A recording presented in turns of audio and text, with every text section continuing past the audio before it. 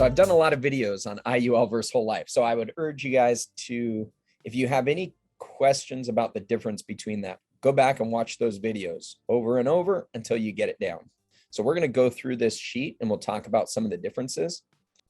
So we can see here with IUL versus whole life, IUL, as with all universal life, is based on annual renewable term insurance. All of the underlying insurance in it is annual renewable term, including the supplemental term or the additional protection benefit that we blend in with it. Okay. Whole life is kind of like level term. If you have a whole life policy that's all whole life insurance, it's a set payment for the life of the policy. It's not actually level term. When we think about, at least in the traditional sense, we think about level term, but when they come up with the cost for a whole life policy, they essentially take an annual renewable term cost where it starts out nice and low and it goes up, up, and up. And then they figure, when is this person supposed to die?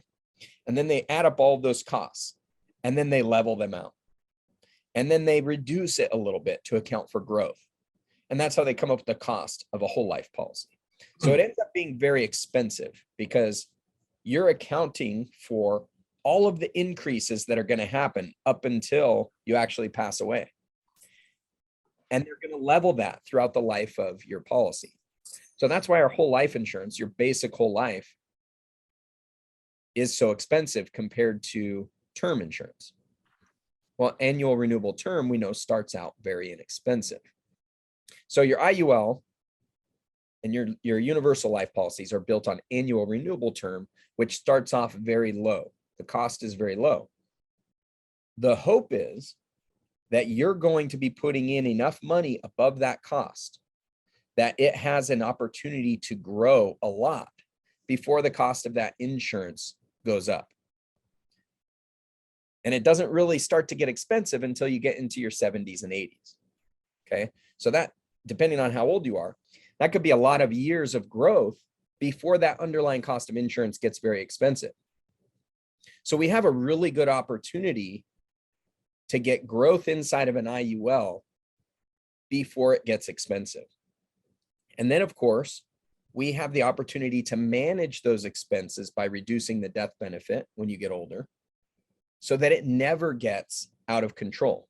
Like most of the time when people are complaining about the cost of it or about life insurance in general, is it's so expensive.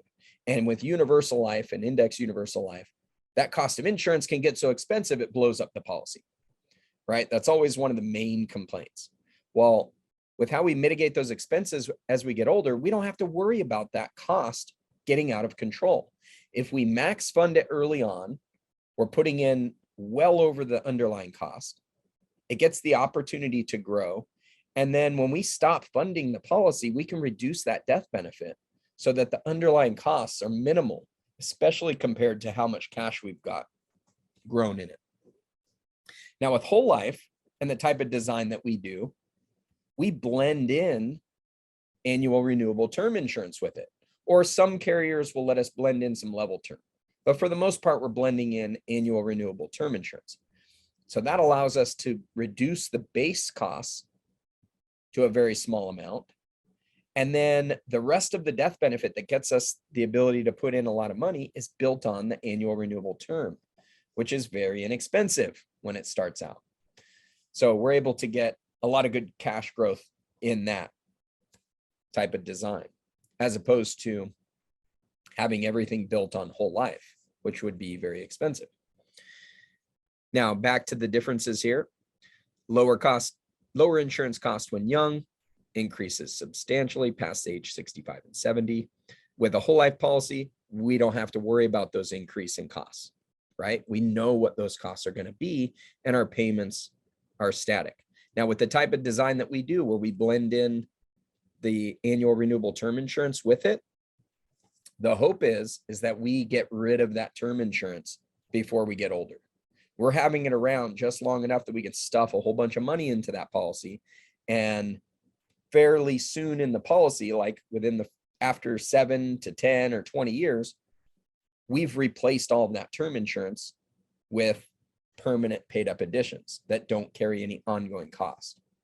So it's still true that our whole life would be guaranteed insurance costs and static payments once we get rid of that term insurance. If we never burn off that term insurance, so if you have a plan, if your client has a plan that they're going to pay the MEC limit, or they're going to pay this large amount, and then they don't end up paying that large amount, and it doesn't end up burning off all of that term insurance can get very expensive when they get older. So you want to watch out for that. You can always just reduce that term insurance or get rid of it if needed in order to help manage the costs. Here, our growth on an IUL is going to be based on growth in the stock market index. We've got generally a 0% floor. And if there are caps, we usually see caps between 4 and 16%. It's obviously based on the contracts.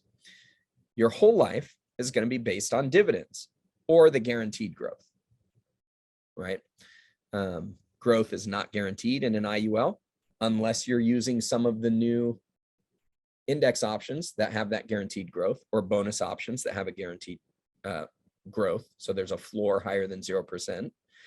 This spreadsheet that I created, I made a couple of years ago before all of the carriers started offering uncapped volatility index options and guaranteed bonuses. Okay. So in our whole life, growth is guaranteed.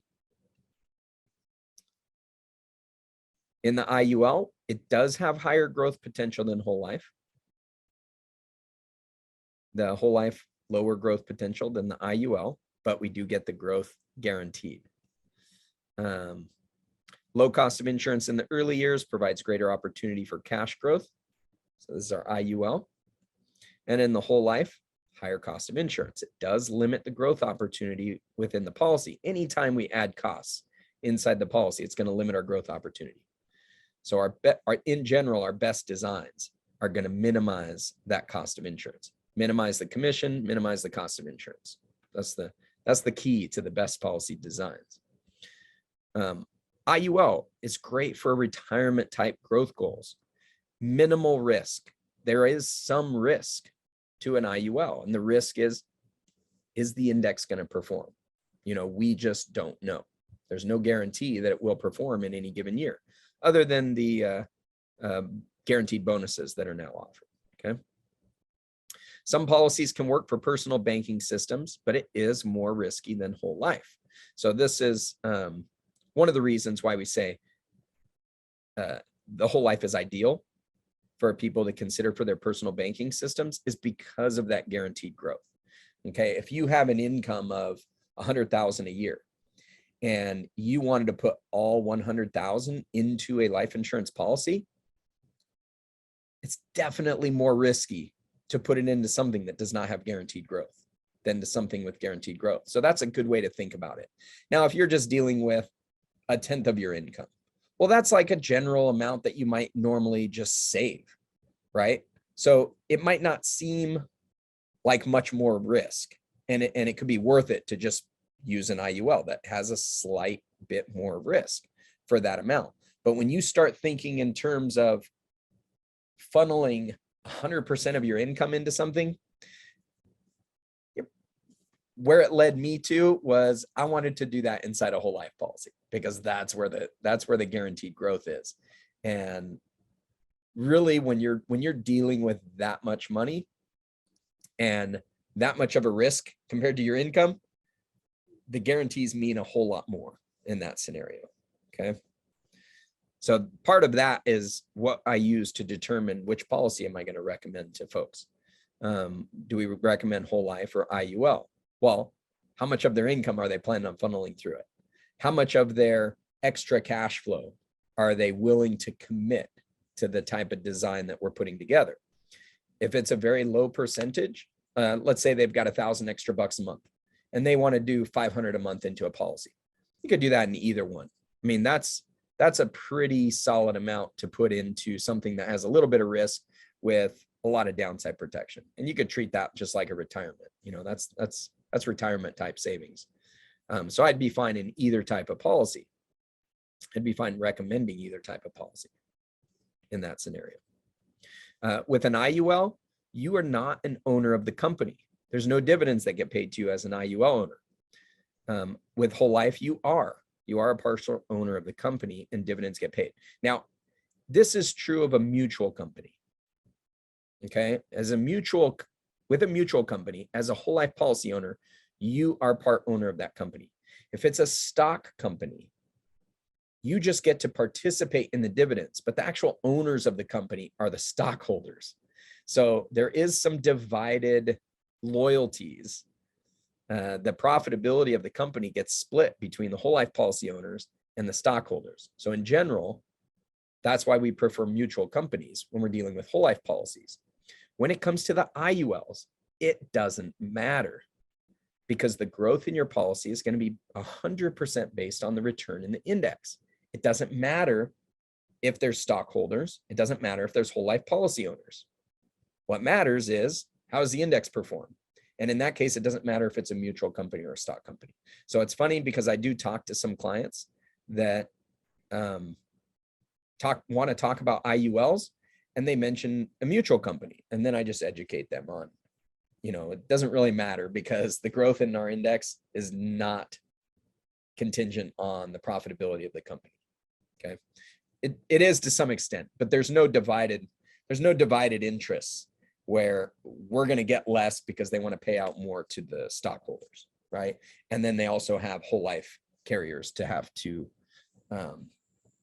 pay out some of their profits too. Next, cash value growth. So in general, it's best for policies age 45 and under.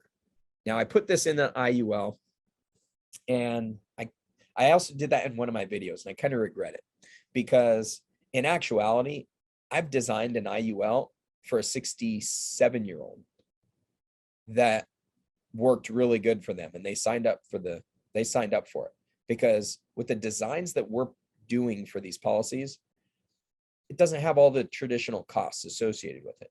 When I first put this together and I did that other video and I mentioned age 45, that's back when I did traditionally designed policies. I didn't know any better. And when you're paying a full commission, that can be expensive. And it's a lot harder for you to overcome those costs if you start a policy after age 45. All of your underlying costs inside the policy are going to absorb that commission. And for you to get growth, it's got to overcome all of those fees. With the way that we design things, those fees are minimized. And yeah, even in late 60s, we can get really good designed policies that make sense for cash growth purposes, as long as you can get a good health rating. That's kind of key. Whole life cash value does grow similarly at any age. You get a little bit better performance if you're younger, just because the underlying insurance is lower, but you also can't put in as much money. Okay, but it is very similar if you compare policy year to policy year among different ages. In an IUL, surrender charges affect access to early cash values. The higher the commission, the higher those surrender charges are going to be. So luckily for our clients, we minimize that agent commission and the surrender charges end up being very minimal. So they do have access to a lot more early cash value, but those surrender charges do affect it. Now in a whole life, there are no surrender charges. I should put an asterisk by this. There are no surrender charges that you are aware of. As it turns out, all of the underlying expenses of whole life and IUL are all very similar, but whole life companies are not required to disclose their expenses. So they don't. Whereas in an IUL, they are required to disclose every expense. And so you can see how all the costs break down in an IUL, but you can't in a whole life. The point I'm getting to is in a whole life, there are in fact surrender charges. If you have a traditionally designed policy, there's no cash value in the first 2 years, even though you can put in quite a bit of money. In the policies that we design, there's reduced cash value available in the first couple of years, more so than later on. Now, I attribute that to essentially them accounting for some surrender charges. They don't have to call it surrender charges. They just say, here's how much cash value you have available. And it happens to be a significant amount lower compared to what you've paid into it. Very similar to what we see in an IUL. The numbers are actually not very different. So when it comes to those underlying costs, I actually don't really attribute it anymore to say that there's no surrender charges. I think they're just not disclosed. So the insurance company does withhold some of that cash value, does not make it available to you in those first couple of years, just like if you had surrender charges. IUL, policy may never be fully funded. Whereas in a whole life, you can fully fund it at any point after year 7, in actuality. After year 7, we can do what's called a reduced paid up option. And that turns the policy into a fully paid up policy. In an IUL, we don't have that option to have a fully paid up policy. There's a cost of insurance every single year. That's what the annual renewable term insurance is. We can't turn that off. We can reduce it, but we can't turn it off. Now, I'll put an asterisk next to that, because going into the next one, there is an overloan protection rider, which is as close as we can get in an IUL to turning off the premiums. There is a difference though. In whole life, you can do the reduced paid up, and that turns off the premiums. It essentially turns it into a paid up policy. You still have access to all the cash value in, just like it's a line of credit. It will still pay out dividends. Those dividends can still buy paid up additions. So the death benefit can still grow as well. And you can still continue to use that cash value like a line of credit. Whereas in an IUL, if you use the overloan protection rider, you essentially have to take out all of your cash value, and you're turning off the policy. You're going to walk away from it. They will not let you put any more new money into the policy. You can't put new premiums in. You can't borrow any more from the policy. Okay. They will let you pay some of the loans back if you want to. I don't know why you would want to, because you don't have any access to it once you do that. But they will maintain a small death benefit until you pass away. And the idea behind that is the overloan protection rider will allow you to not lapse the policy and encounter the tax consequences of a lapsed policy. But that's the only way to essentially turn off the premiums in an IUL. Not the same benefits as turning off the premiums in a whole life, whereas you can consider it fully funded and you can still use it for your infinite bank. Okay. In an IUL, the optimal design includes an increasing death benefit option and blending permanent and term insurance. Now, this one is poorly worded. Again, I made this years ago. It's all permanent. Annual renewable term is permanent insurance as long as you pay for it. So that can be a little bit confusing the way that I worded that. The term that we blend into it does not end. It's in fact exactly the same type of insurance as the underlying insurance inside the IUL. The only difference is it doesn't pay any commissions out. So we do want to have an optimal blend of supplemental term insurance along with our base facing. Okay. And then of course, generally the increasing death benefit. Not always an increasing death benefit, but in most cases, the increasing death benefit. And then in the whole life, an optimal design blends whole life and term insurance, which we discussed earlier. And to finish this off, the IUL, at maturity, the death benefit matches the cash value. And that's usually around age 95 to 99, where those will match. In our whole life, this one should have an asterisk on it by it as well. In general, the death benefits more than the cash value always. There are some whole life policies where after age 100, those numbers will match. Okay. So I say always, but there should be an asterisk. It's not always. I hope you found value in today's video. If you'd like to find out more about IUL and whole life, check out these videos right over here, and we'll see you next time. Now go maximize your cash flow.